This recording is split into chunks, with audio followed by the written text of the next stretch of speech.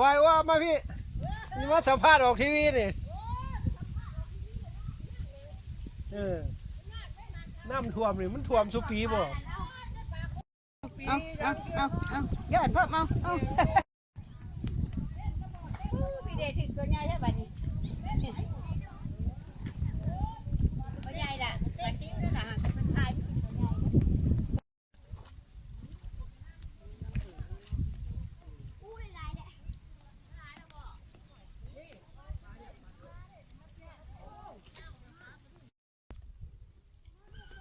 ดิไหลเลย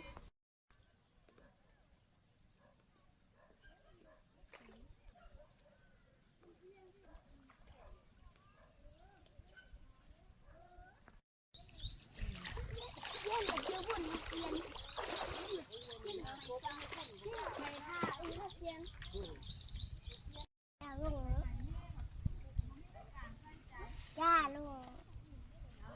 จะลงจ้าย่า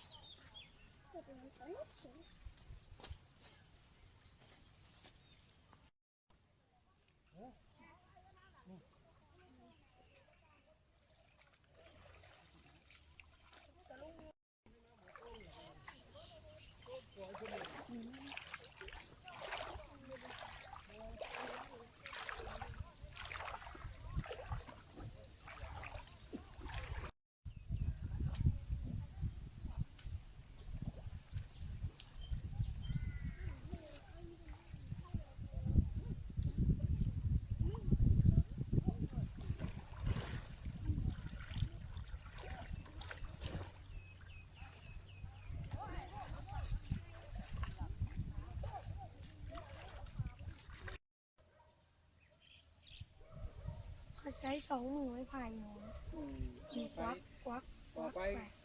ไปค่อมนี่แล้วยังค่อมนี่